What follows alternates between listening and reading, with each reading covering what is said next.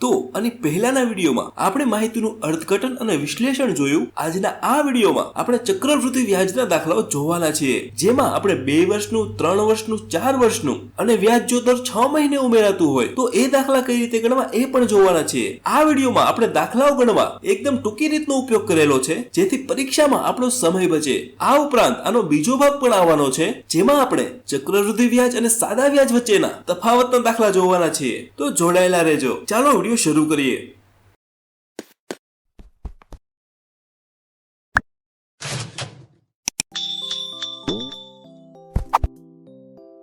પહેલો પ્રશ્ન, નીચેનામાંથી ચક્રવૃદ્ધિ વ્યાજ શોધવાનું સૂત્ર કયું છે? જો તમને આવડતું હોય તો અહીંયા જવાબ જોવા પહેલા તમારો જવાબ નીચે કોમેન્ટ કરો. હવે ચક્રવૃદ્ધિ વ્યાજ શોધવાનું સૂત્ર છે ઓપ્શન ડી. અહીંયા ઉપર n આપેલો છે, અહીંયા n ની જગ્યાએ તમે t પણ લઈ શકો, કારણ કે બંનેનો ઉપયોગ વર્ષ દર્શાવવા માટે થાય છે. હવે આગળ વધવા પહેલા એક વસ્તુ સમજી લઈએ કે સાદું વ્યાજ અને ચક્રવૃદ્ધિ વ્યાજ બંને એક વર્ષ માટે સમાન હોય. હવે એ કઈ રીતે એને એક ઉદાહરણથી સમજીએ. અહીંયા બે રકમ આપણને આપેલી છે. પહેલું જુઓ, 50 રૂપિયાનું 10% લેખે એક વર્ષનું સાદું વ્યાજ શોધો, અને બાજુમાં જુઓ 50 રૂપિયાનું 10% લેખે એક વર્ષનું ચક્રવૃદ્ધિ વ્યાજ શોધો. જો બંને દાખલાઓ સમાન છે, હવે આપણે બંને ગણીશું તો બંનેનું વ્યાજ સરખું જ આવશે. તો ફટાફટ ગણી લઈએ. પહેલા સાદા વ્યાજનું સૂત્ર મૂકીએ, I = PRN / 100. હવે P એટલે કેટલા રૂપિયા લીધા છે? 50 રૂપિયા લીધા છે, ગુણ્યા R એટલે કેટલા ટકા લેખે?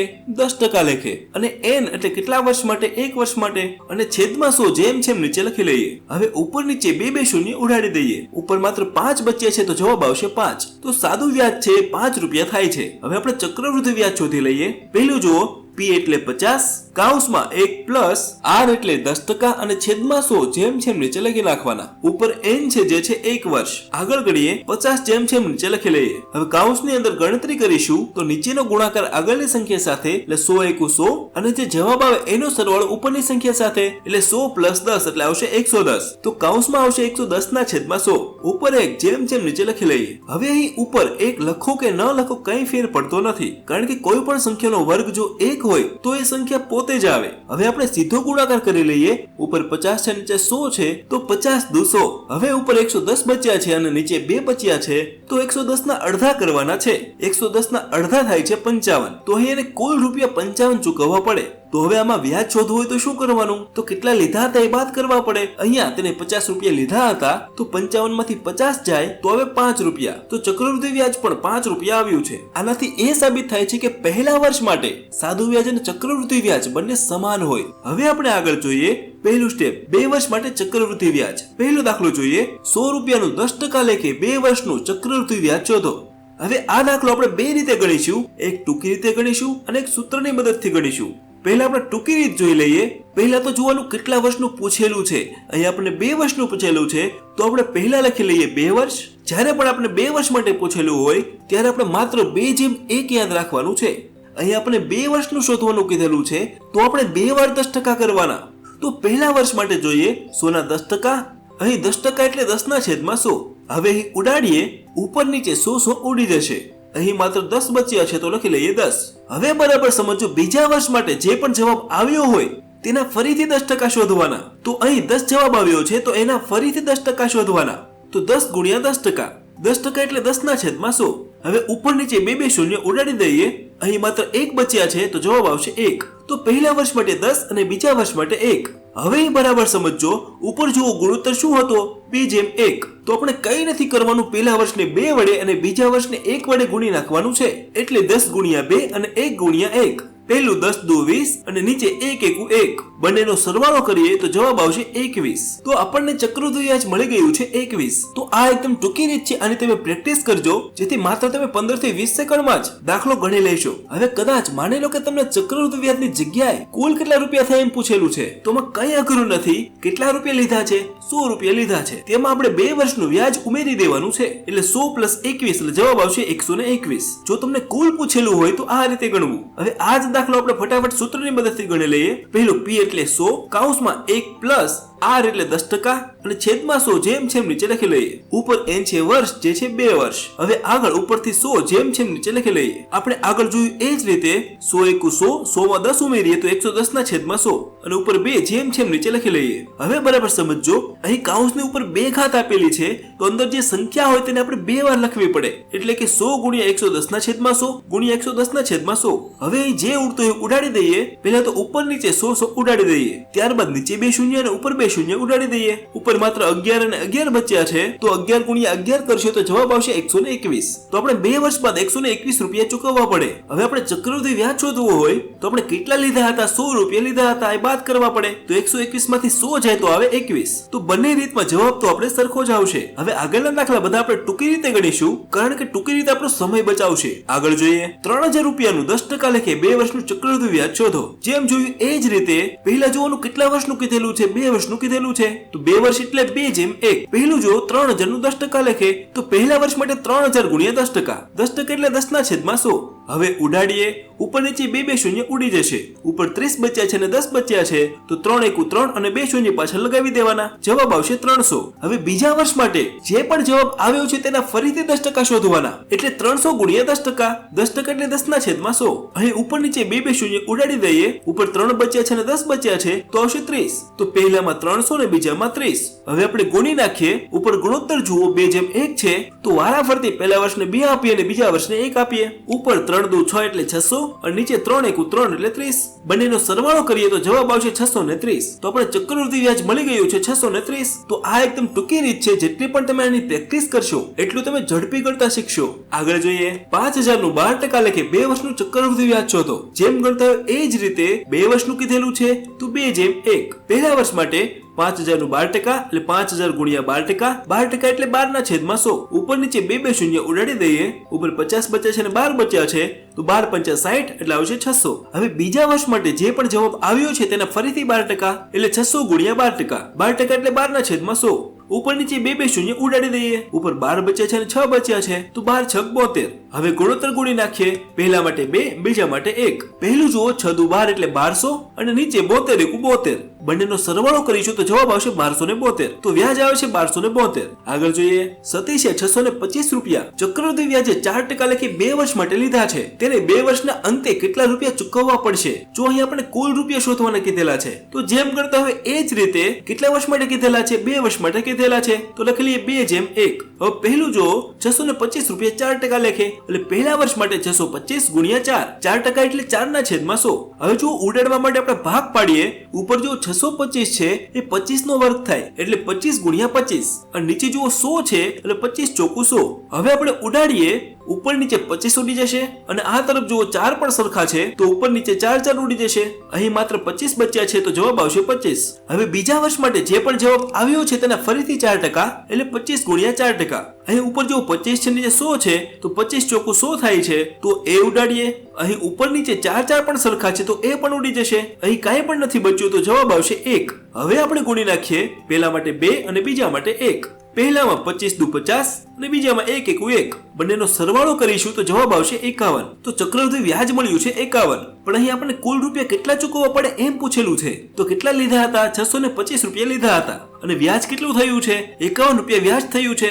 625 માં 51 ઉમેરીશું તો જવાબ આવશે 676. સતીશને 2 વર્ષ પછી 676 રૂપિયા ચૂકવવા પડશે. આગળ જોઈએ. 8000 રૂપિયાનું 3% લેખે 2 વર્ષનું ચક્રવૃદ્ધિ વ્યાજ શોધો. જેમ ગણતા હોય એ જ રીતે 2 વર્ષનું કીધેલું છે તો 2 જેમ 1. પહેલા વર્ષ માટે 8000 રૂપિયાનું 3% એટલે 8 ગુણ્યા 3%. 3% એટલે 3 ના છેદમાં 100. ઉપર નીચે 2 શૂન્ય ઉડાડી દઈએ. ઉપર 80 ને 3 બચ્યા છે તો 8 તેરી 24 એટલે 280. બીજા વર્ષ માટે ફરીથી જે પણ જવાબ આવ્યો છે એના 3%. અહીં ઉપર નીચે 1 શૂન્ય ઉડી જશે. ઉપર 24 અને 3 બચ્યા છે અને નીચે 10 બચ્યા છે તો 24 ગુણ્યા 3 કરીશું તો આવશે 72 અને છેદમાં 10 છે એટલે 1 પોઈન્ટ ઉપર જશે. છેલ્લેથી 1 પોઈન્ટ ઉપર જશે એટલે આવશે 7.2. તો આનો જવાબ છે 7.2.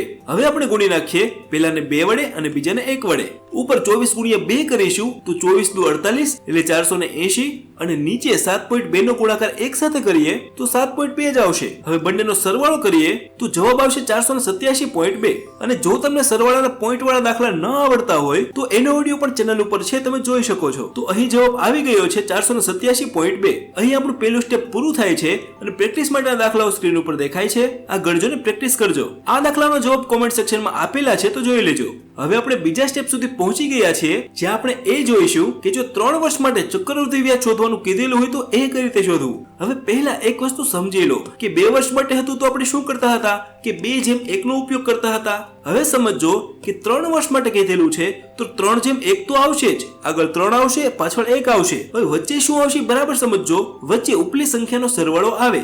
ઉપર જુઓ 2:1 છે એટલે 2 ને 1 3 થાય છે તો વચ્ચે આવશે 3. તો જ્યારે પણ 3 વર્ષ માટે શોધવાનું કીધેલું હોય ત્યારે આપણે 3:3:1 નો ઉપયોગ કરીશું. અને છેલ્લે જો 4 વર્ષ માટે કીધેલું હોય તો 4:1 તો આવશે જ અને વચ્ચે જે ખાલી છે ત્યાં ઉપરનો સરવાળો આવશે.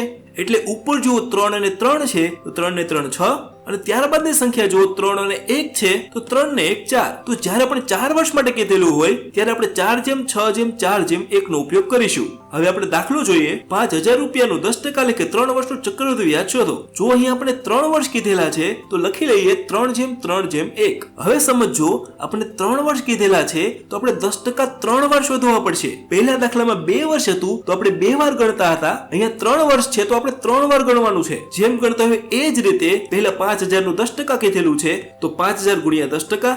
10% એટલે 10 ના છેદમાં 100. ઉપર નીચે 2 શૂન્ય ઉડાડી દઈએ. ઉપર 50 અને 10 બચ્યા છે એટલે 5 × 5 એટલે 2 શૂન્ય પાછળ લગાડી દઈએ. હવે જે જવાબ 500 આવ્યો છે એના ફરીથી 10% શોધવાના. 500 ના 10% શોધીશું તો ઉપર નીચે 2 શૂન્ય ઉડી જશે. ઉપર 5 અને 10 બચ્યા છે તો આવશે 50. હવે ત્રીજા વર્ષ માટે જે પણ જવાબ આવ્યો છે એના ફરીથી 10% શોધવાના. એટલે 50 ના 10% શોધીશું તો પહેલા તો ઉપર નીચે 2 શૂન્ય ઉડી જશે. અહીં ઉપર માત્ર 5 અને 1 બચ્યા છે તો 5 × 5. અહીંયા માત્ર સમજવાનું એટલું જ છે કે જો 2 વર્ષનું પૂછેલું હોય તો આપણે 2 વાર ગણતરી કરીશું અને 3 વર્ષનું પૂછેલું હોય તો આપણે 3 વાર ગણતરી કરીશું. આગળ આપણે જેમ કરતા હતા એ જ રીતે હવે આપણે ગુણોત્તર ઉમેરીએ. પહેલાને પહેલો, બીજાને બીજો અને ત્રીજાને ત્રીજો. પહેલું જુઓ 5 × 3 = 15 એટલે 1500.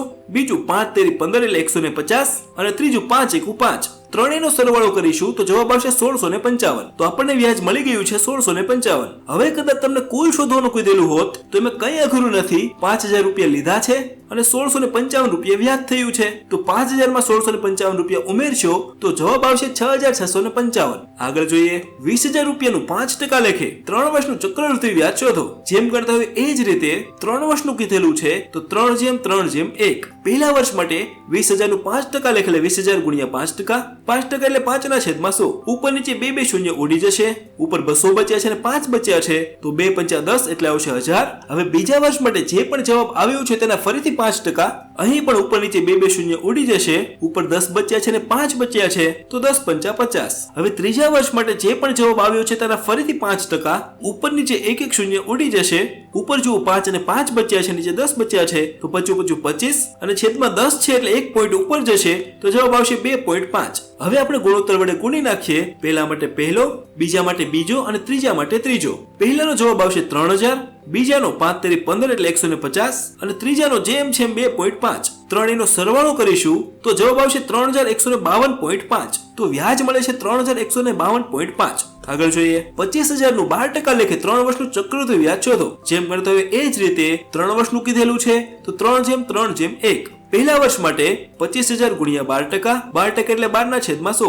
આગળ ઉપર નીચે 2 શૂન્ય ઉડાડી દઈએ. ઉપર 250 બચ્યા છે અને 12 બચ્યા છે તો 25 × 12 કરવાના. 25 × 12 કરીશું તો આવશે 300 અને 1 શૂન્ય પાછળ લગાડી દઈએ તો આવશે 3000. હવે બીજા વર્ષ માટે જે પણ જવાબ આવ્યો છે તેના ફરીથી 12%. અહીં પણ ઉપર નીચે 2 શૂન્ય ઉડી જશે. ઉપર 30 બચ્યા છે, 12 બચ્યા છે તો 12 × 36 અને 1 શૂન્ય પાછળ લગાડી દઈએ. જવાબ આવશે 360. અને આગળ ત્રીજા વર્ષ માટે ફરીથી 360 ના 12%. અહીં ઉપર નીચે 1 શૂન્ય ઉડી જશે.